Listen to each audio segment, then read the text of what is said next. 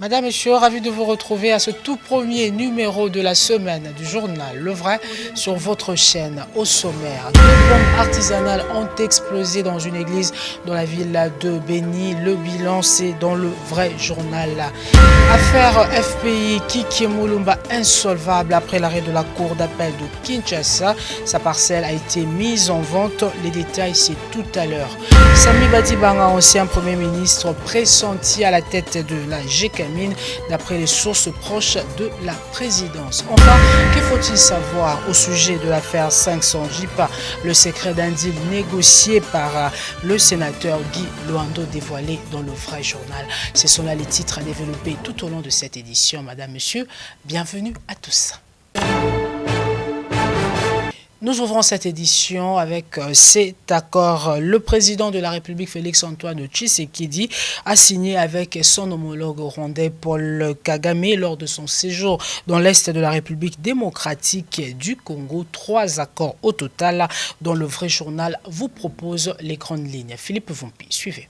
L'accord entre le gouvernement de la République démocratique du Congo et le gouvernement de la République du Rwanda sur la promotion et la protection des investissements signé par le ministre congolais du commerce extérieur et la ministre rwandaise du commerce et de l'industrie. La convention entre la République démocratique du Congo et la République du Rwanda en vue d'éviter la double imposition et prévenir l'évasion fiscale en matière d'impôts sur le revenu signé par le ministre congolais des Finances et le ministre rwandais des Finances et de la Planification économique. Le protocole d'accord des coopérations entre la société aurifère du Kivu et du Maniema, Sakima SA et DITER LTD, signé entre le directeur général de l'entreprise publique congolaise et le directeur général de l'entreprise privée du droit rwandais. Ils ont aussi discuté de grands défis continent africain, notamment les efforts en cours pour lutter contre la pandémie à Covid-19. Les chefs d'État ont réitéré leurs engagements à poursuivre leur collaboration pour la consolidation des relations entre les deux pays pour le bénéfice de leurs populations respectives. Rappelons que le Rwandais Paul Kagame a franchi les frontières de la RDC vers midi où il a été accueilli par son homologue Félix Tshisekedi. Le Rwanda est de retour dans les mines de la République démocratique du Congo et ce, par l'intermédiaire de l'accord que vient de signer le président de la République portant sur l'exploitation de l'or. Des détails avec Gisèle Zeba. Suivez.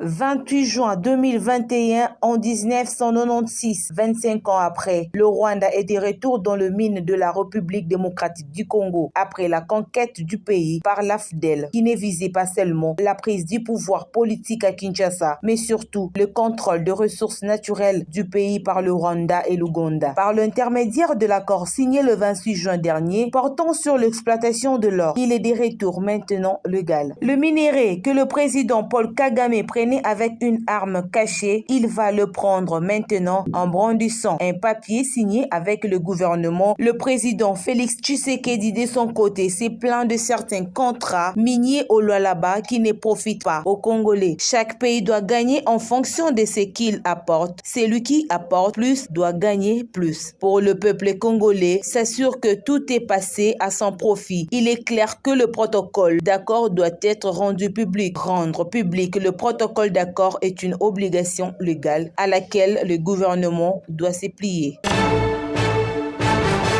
Autre chose dans cette édition, dans un communiqué de presse publié ce lundi 28 juin 2021, le Conseil de fonds pour la promotion de l'industrie porte à la connaissance du public la mise en vente de la parcelle de Kiki Mulumba, débiteur insolvable au FPI, après l'arrêt de la cour d'appel de Kinshasa-Gombe. Et on en vient au secret d'un deal négocié par le ministre Guy Loando et Hyundai en rapport avec 1000 Jeeps qui ont été livrés au gouvernement congolais. Bekimbelu. Le nombre de Jeeps livrés au gouvernement congolais par Hyundai vient d'être revu à la hausse. D'après un responsable de cette firme sous le sceau de l'anonymat, Hyundai a livré au total 1000 Jeeps au gouvernement et non 500 comme l'affirme le président de l'Assemblée nationale, Christophe Mbosso, dans une réunion avec le gouvernement. Outre le député, le sénateur et le ministre sont aussi concernés par cette dotation présidentielle. Au cœur de ces deals, le ministre de l'aménagement du territoire Guy Luando, qui a négocié au nom du gouvernement comme le deal avec l'Hyundai. Rappelons, cette affaire de Jeep a provoqué un tollé général dans l'univers politique congolais. Le député de l'ECD, parti du principal opposant au pouvoir de Félix Tshisekedi, ont décliné l'offre. Ils ont appelé à des poursuites contre Mbosso pour corruption à ciel ouvert. Pour le moment, un lot de 250 Jeeps sont arrivés à Kinshasa à partir du port de Boma. Une frange de députés a décidé de vendre leur Jeep loin de regards indiscrets pour échapper à la verdict populaire. Baisse des prix de produits de première nécessité.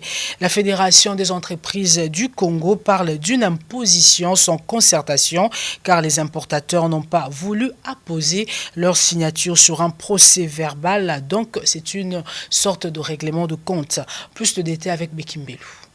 Dans cette correspondance, la Fédération des entreprises du Congo s'adresse au Premier ministre pour assurer l'arbitrage entre les importateurs et le ministre de l'économie. Fort de cet état de choses qui, de notre point de vue, crée un climat de tension inutile entre parties aux discussions, nous sollicitons l'arbitrage diligent de Monsieur le Premier ministre, chef du gouvernement en sa qualité de coordonnateur de l'action gouvernementale, conformément à l'article 92 de la Constitution. Enfin, de trouver une solution concertée qui prend en compte le coût justifié par deux pièces comptables et c'est en vertu de l'article 15 de l'arrêté ministériel numéro 034-CAB-MIN-CONAC-JKM 2018 du 15 octobre 2018 portant mesure d'exécution de la loi susvise. En annexe, vous découvrirez l'intégralité de la correspondance du 21 juin signée par Kimona Bononge, administrateur délégué. Signalons que cette décision a été saluée par la population vivant en dessous de $1 par jour.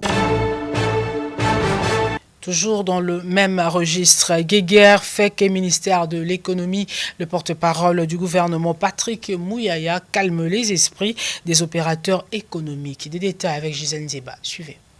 Réagissant à l'indignation de la FEC sur la baisse des prix de produits de première nécessité, le porte-parole du gouvernement apaise les opérateurs économiques. Le dossier a été finalement proposé au Conseil des ministres qui en a pris acte. Le problème est désormais sur la table du Premier ministre, chef du gouvernement, saisi du reste par les opérateurs économiques pour arbitrage. Ce sont nos partenaires. Le Premier ministre va les écouter ensemble avec le ministre de l'économie. Il ne devra pas s'agir d'un chantage mutuel.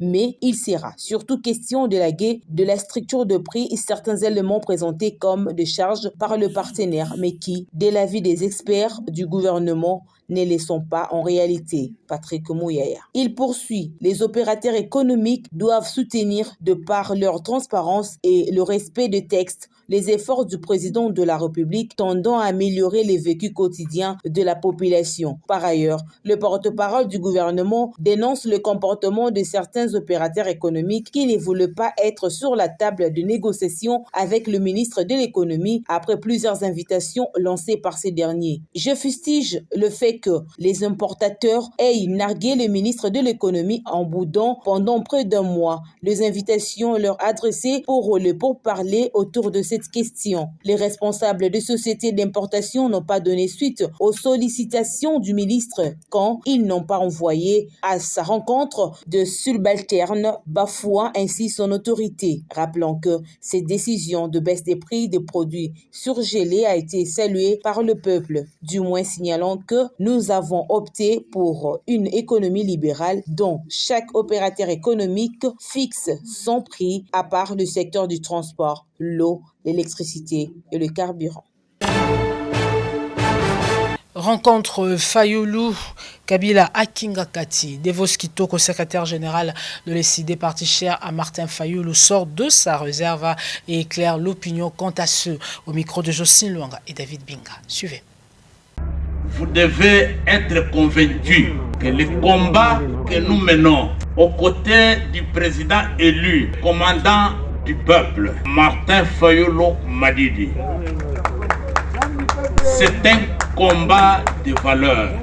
Aujourd'hui, après la prestation ratée des serments de M. Antoine Félix Tshilombo, je dis bien cérémonie de prestation ratée, parce que c'est la première fois dans l'histoire du monde qu'un président en pleine prestation de serment tombe.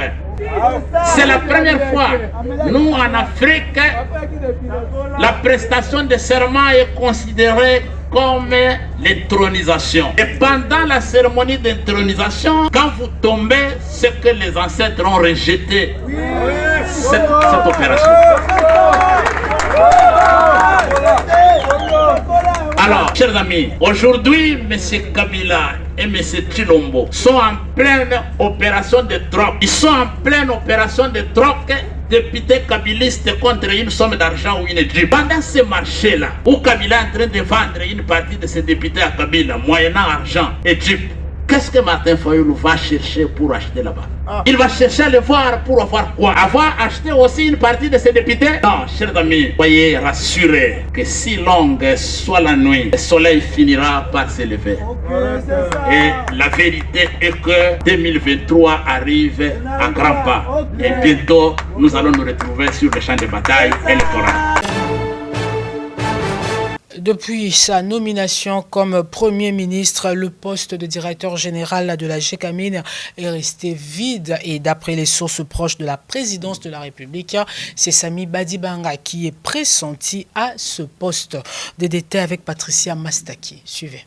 Zappé dans la composition du gouvernement Samalou Kondé après sa démission au fauteuil de premier vice-président du Sénat, Sami Badibanga pourra de nouveau retrouver la place au soleil. D'après les sources proches de la présidence de la République, l'ancien premier ministre issu de l'accord de Kantiachi est à bonne position pour prendre le poste du directeur général de la GECAMIN, laissé vacant par Samalou Kondé, l'actuel premier ministre. La présence de Sami Badibanga, originaire du Kasaï, ne frustrera pas les Katangais, déjà bien servis par Félix-Antoine Tshisekedi, aussi à la primature qu'à la présidence, à la fonction du directeur de cabinet du chef de l'État. Homme d'affaires qui a une forte expérience dans le monde de diamant avant d'intégrer la politique.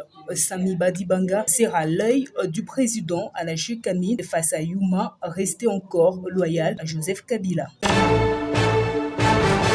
Cap dans l'Est, à présent, 2 bombes artisanales ont explosé dimanche au 27 juin dans la ville de Béni. La première, c'était au sein d'une église tôt le matin et la seconde dans la soirée. Plus de détails avec Justin Magnongo. Suivez.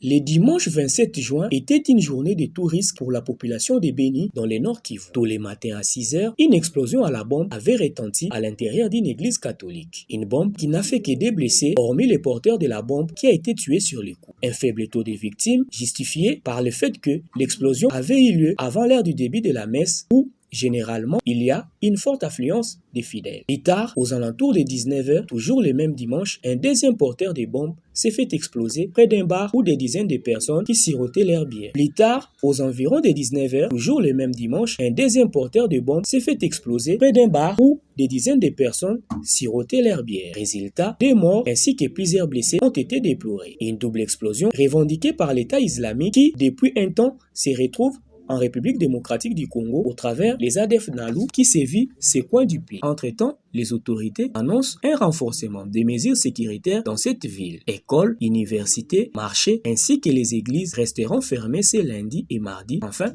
de permettre aux forces de sécurité de traquer ces hors-la-loi. Affaire à suivre. Kassania Kalenga Julien, doctorant en biologie-chimie de l'ISP Lubumbashi, a bénéficié de la générosité de Moïse Katumbi. Des détails dans cet élément. Suivez. Kassania Kalenga Julien, doctorant en biologie-chimie de l'ISP Lubumbashi, fait partie des 222 jeunes du Grand Katanga et d'ailleurs qui étudient depuis le niveau primaire grâce au fonds personnel du président Moïse Katumbi depuis maintenant plus de 20 ans. Si d'autres bénéficiaires se comptent actuellement au Canada, en Inde, en Angleterre, en Afrique du Sud, pour ne citer que ces pays, Il a lui bouclé ses études supérieures à Lubumbashi, où il s'apprête à un doctorat en chimie. Le jeune élève orphelin d'antan a tenu à exprimer sa gratitude à l'homme qui lui a tenu la main sans même le connaître. Ce samedi 26 juin 2021, il le rencontrait pour la toute première fois de sa vie. Parce que c'est un homme qui m'a aidé, qui m'a beaucoup aidé, parfois sans se rendre compte. Je me rappelle quand il venait de l'exil, je pense en 2003, avant qu'il ne soit gouverneur. Moi j'étais à Kachobwe et à cette période-là, mon père est mort. Il est mort, je pense, autour de 2003-2004. Moi, j'étais encore... c'est alors que j'ai finissé mes études primaires, donc l'année à laquelle j'ai décroché mon certificat d'études primaires. Et je n'avais plus l'espoir de continuer parce que j'étais orphelin de père. Et lui est rentré d'exil. En rentrant d'exil, il a pris en charge l'année qui suivait, là, donc l'année qui devrait me permettre d'entamer mes études, mes humanités, mes études secondaires. Il a pris en charge tous les enfants à l'école maternelle, à l'école primaire, et à l'école secondaire. Et moi, en tout cas, j'ai mordu à l'hameçon. C'était une opportunité pour moi de démarrer mes études secondaires. Et l'année suivante, il a encore payé. Et c'est comme ça que moi, j'ai fini mes humanités. Lui, il n'était pas encore gouverneur. Et quand il est devenu gouverneur, il s'est décidé de prendre en charge plus de 250 personnes. 250 diplômés. Et il a pris à Kachobwe, il a pris à Kilwa, à Puerto, et même en dehors du Katanga. Il y a des gens qu'il a envoyés en Angleterre, aux États-Unis, en Inde, en Europe, en Afrique du Sud. Et moi, en tout cas, j'ai fait l'ISP. Il m'a envoyé à l'ISP là. Et en tout cas, j'ai étudié dans des conditions confortables. Parce que de Kachobwe vers Lubumbashi, il nous a logés au Home 10, au campus. C'est les Home Miroirs. C'est les campus miroirs de Lubumbashi. Il m'a logé, j'ai étudié dans les conditions confortables. Et comme il a mis tous les moyens, je me suis battu, je me suis concentré, j'ai fait 2 distinctions. Je suis venu des humanités pédagogiques. Au début, je m'adaptais difficilement, mais avec le concours de beaucoup de profs qui m'ont conseillé, qui m'ont encouragé. Retour à Kinshasa avec Papi Mwenze, jeune leader de Ensemble pour la République. Ce dernier a participé au culte dominical à l'église Assemblée chrétienne La Parole des Dieux. C'était de la commune de Makala dans le cadre d'une campagne de sensibilisation autour de sa vision. Jocelyne Luanga, Luison Kiasi, regardez. Après les communes de Lemba, Limete et Ngaba, Papi Mwenze, jeune katumbiste, arrive enfin à Makala, à l'église Ensemble chrétienne Parole des Dieux. Cette visite s'inscrit dans le cadre de la campagne de sensibilisation autour de la vision, la volonté du peuple. Prenant la parole, Papi Mwenze a souligné l'importance de connaître le droit et le devoir étant citoyen aux membres de cette assemblée. Une occasion pour les pasteurs responsables de cette église, Célestin Kouka, d'exhorter le fidèle à soutenir l'initiateur de la vision, la volonté du peuple. Alors, ndeko bomonia ndeko moko simple tout d'abord. Azala bolingo, azala botosi, azala komikitsa. La critère nyonso ya malamu ezaka moto ezakati. Amen. Amen. Souviens de ce que nous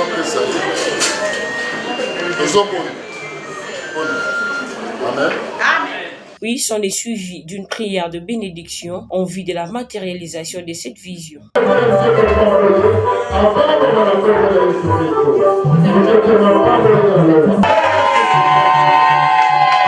Surtout du culte, Papi Mwenze donne la quintessence de sa visite. Ils sont venus à demander non seulement leur soutien physique, comme ils ont l'habitude de le faire, vous connaissez vous-même, et cette fois-ci, c'est accompagné au-delà du physique, le spirituel.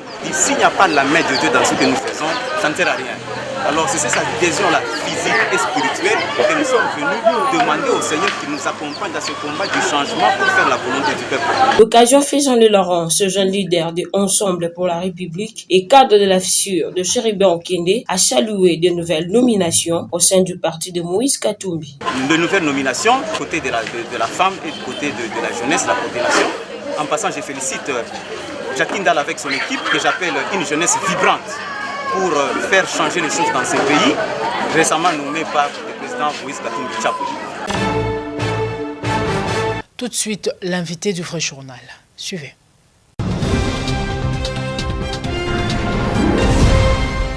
Aaron Moukoula, président de la nouvelle classe politique des Katoubistes. Bonsoir. Bonsoir mon frère Philippe. Vous êtes invité du journal, du entretien et du Vrai Journal. Ça fait un long moment que vous êtes plus visible à la télé. Pourquoi ce silence? Non, je crois bien que à la télé, oui, bien sûr, ces derniers temps, nous ne sommes pas du tout visibles, mais nous sommes en train de travailler sur le terrain. Nous sommes en train de faire le travail de terrain. Vous savez que 2023, c'est à quelques minutes de nos pas. À quelques minutes de vos pas. Et nous sommes dans l'obligation de nous préparer plus le terrain que d'être sur vos différents plateaux. C'est comme ça que nous avons moins préféré d'être sur le terrain parce que nous avons tout intérêt de donner les élus à notre leader qui est Moïse Katumbi Tchapou. Quel est votre engagement avec Moïse Katumbi qui a annoncé officiellement son parti politique, Ensemble pour la République. Il a même procédé aux nominations. Quel est votre engagement, vous, la nouvelle classe politique des Katoubistes? Vous savez, je vais te dire une chose, mon frère Philippe. Les partis politiques, ensemble, c'est le parti de notre leader. Nous avons tout intérêt de soutenir ces partis, d'aller de l'avant, parce que c'est ce parti qui va donner la victoire à notre leader, ainsi qu'à tout le monde, à tous les Katoubistes dont je parle. Mais vous savez, ensemble comme parti politique, seul ne peut pas faire gagner Moïse Katumbi. Il faut qu'à côté de Moïse Katumbi, qu'il y ait au moins des groupes.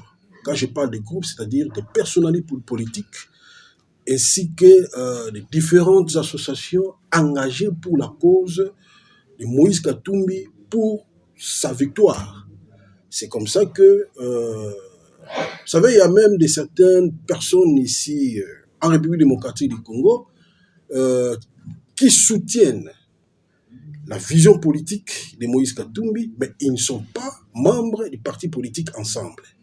Et ces gens-là, au moment opportun, ils vont voter pour le candidat Katumbi ou encore les candidats du parti Ensemble que le président Katumbi aurait aligné pour les élections futures.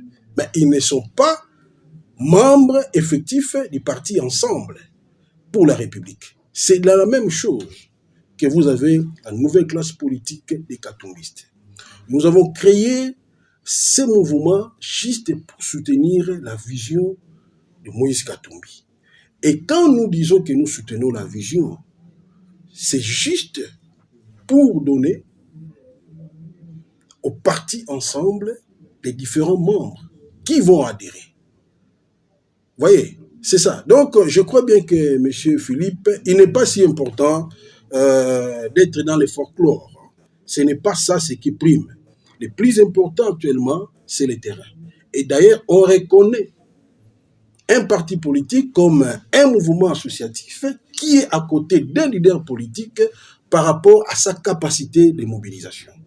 Pour ce côté-là, la nouvelle classe politique des Katumbistes qui est en charge, nous avons déjà fait preuve de beaucoup de choses sur le terrain et nous continuons à les faire. Et d'ailleurs, nous sommes maintenant empêchés par rapport au respect des mesures barrières par rapport à la Covid. Et nous avons tout intérêt de marcher dans la logique des décisions du gouvernement. C'est aussi parmi les valeurs qu'on reconnaît aussi à une association plutôt, à un parti politique, à un leader politique qui respecte aussi les principes ou encore les décisions prises par les sommets de l'État. la nouvelle classe politique travaille d'une manière indépendante, et nous apprenons qu'au sein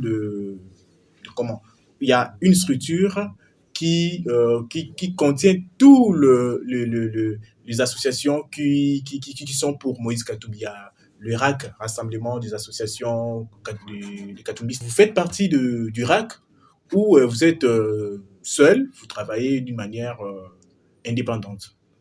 Vous savez, Philippe, si vous voulez triompher un homme politique, il faut travailler toujours en équipe. Il ne faut pas travailler en solo. Vous risquez même de rester seul. La nouvelle classe politique des Katumbistes, nous avons quand même démontré suffisamment notre preuve de travail sur terrain. Et pour votre information, nous ne sommes pas seulement à Kinshasa. La nouvelle classe est implantée dans les 24 communes de la ville-province de Kinshasa. Nous sommes dans certaines provinces. Dans les Kwilu, qui est ma province, la nouvelle classe politique existe. Vous avez dans le Congo central, si vous allez à Chikapa, nous avons des endroits où je ne pouvais pas continuer à énumérer ici parce que la liste elle est exhaustive. Mais je vous dirais seulement que nous avons compris une chose quand nous avons appris qu'il y a un regroupement qui réunit en son sein toutes les forces des mouvements associatifs et étant aussi un leader qui anime une association ou un mouvement associatif qui soutient Moïse Katumbi Chapwe, je ne pouvais pas rester bras croisés. J'ai voulu quand même me joindre à certaines associations faisant partie d'Irak pour que aussi nous, étant que la nouvelle classe politique des Katumbis, nous puissions aussi porter notre pierre. Et notre pierre, ce n'est pas aller faire le folklore. Notre pierre, c'est de faire le travail sur terrain pour triompher, comme je l'ai dit tout au début ici. Nous avons tout intérêt de donner à notre leader les élus. De la nouvelle classe politique et membre du RAC. Oui, nous sommes maintenant actuellement membres du RAC parce que nous avons fait notre acte d'adhésion et cela aussi a été accepté. Aujourd'hui, là, nous faisons partie pour nous permettre, nous, Katumbis que nous sommes, nous puissions triompher en 2023. Parce que seuls nous ne pouvons pas gagner. On peut que gagner si on est ensemble. C'est comme ça que je viens ici par rapport à votre question pour vous dire que non, tranquillisez-vous. Vous verrez dans les jours à venir comment est-ce que nous, la nouvelle classe politique, au sein d'Irak, et d'ailleurs au sein d'Irak, RAC, ce n'est pas un parti politique ou un doublon d'ensemble pour la République, mais c'est juste un regroupement des mouvements katumbistes, comme je peux vous dire, comme une pépinière. C'est-à-dire, nous mobilisons les gens qui vont adhérer ensemble, partie chère à notre leader. C'est ça aussi l'aspect important. Il faut que nous arrivions quand même à vulgariser et pour faire comprendre aussi à l'opinion. Donc, le RAC n'est pas un parti politique. Le RAC, c'est juste un rassemblement des mouvements associatifs qui ont pour cause de soutenir Moïse Katumbi Chapwe et qui ne pouvaient pas œuvrer en solo. Parce que si réellement vous soutenez la vision politique de Moïse Katumbi, tant qu'un mouvement associatif, tous ces mouvements-là ont l'obligation de se joindre au RAC. Parce que nous devons former encore. Parce que de là, on ne vous demande pas que non, vous allez enterrer votre association. Non, l'association existe. Vous continuez à œuvrer. Mais nous nous mettons ensemble juste pour que nous puissions conjuguer nos efforts pour la cause de notre leader, Moïse Katumbi Chapwe. Votre leader, Moïse Katumbi Chapwe, président Aaron Mukula, vous attendrez parler dès le début jusqu'à maintenant, vous parlez de victoire, victoire, victoire. Est-ce que vous pensez que votre leader va gagner les élections en 2023 avec ce fameux problème de congolité? Actuellement, parce que nous ne parlons pas encore des élections, sauf que ces élections-là, quand même on ne parle pas, mais nous les préparons quand même. Mais comme nous sommes en train de nous préparer pour 2023, je vais vous dire une chose. Les gens qui parlent de la congolité, ça je vous dis, c'est un débat de caniveau. Il faut évoluer. Il faut parler au moins du développement de la République démocratique du Congo. Parce que vous voyez, quelqu'un dont vous condamnez aujourd'hui pour dire que non, celui-là n'est pas congolais, c'est des choses comme ça. Quelqu'un qui n'est pas congolais, mais aujourd'hui, il prend en charge. Depuis 2003, jusqu'à ce jour, il continue à prendre un bon nombre de Congolais pour payer leur scolarité. À celui-là qui vous a dit qu'il n'est pas congolais, il paye. Mais je vous dis, la scolarité, quand je parle, il y a l'humanité, secondaire, humanité, jusqu'à l'université. Il fait payer les frais des Congolais pour que ces Congolais-là, demain, soient utiles à la nation congolaise. Et je vous dis, un monsieur de comme ça, vous allez taxer de ne pas être congolais. Je vous dis, avec ce que... Parce que là, je vous dis, d'ailleurs, quand on dit la main gauche ou la main droite, quand la main droite donne, la main gauche ne peut pas les reconnaître. Les gens diront peut-être que c'est le président Moïse Katumbi qui a dit ça. Non, ce n'est pas la personne de Moïse Katumbi. Ce sont les gens à qui lui-même, qui a fait ces biens-là, c'est comme on dit toujours que les œuvres parlent. Maintenant, quand on a commencé à parler de l'histoire des Congolais, ces gens disent non, les Congolais disent que non. Des messieurs ici, contexte de tous les mots, il nous a quand même fait qu'aujourd'hui, nous puissions quand même étudier et aller encore plus loin pour le bien-être de la République démocratique du Congo. Les gens aiment même en parler. Je suis sûr. Je vous dis, vous avez lu sur le net, les gens aiment m'en témoigner. Et d'eux-mêmes, qui ne sont pas poussés par la personne de Moïse Katumbi. Et si c'était lui-même qui a financé ces médias? Non, mais je vais vous dire une chose. Philippe, vous savez, quand vous faites les biens, quelles que soient les conditions, vos œuvres vont parler d'eux-mêmes. Ce n'est pas à vous de pousser à ces gens-là de parler.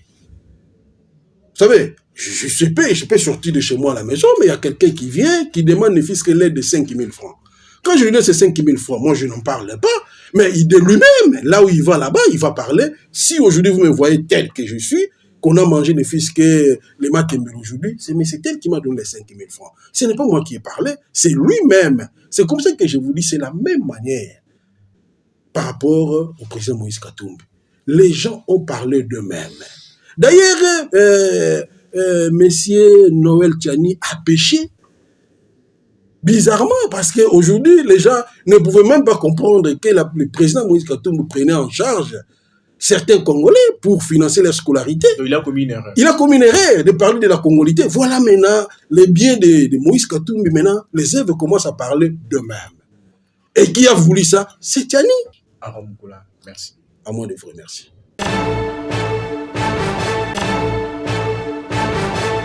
C'était Aaron Moukoula, président de la nouvelle classe politique des Katumbistes, l'invité du vrai journal. Et c'est sur cette note que nous bouclons cette édition. Merci de la sympathique attention que vous nous avez accordée à Béni ainsi que partout ailleurs dans le monde. Madame, Monsieur, ce journal est terminé. Au revoir.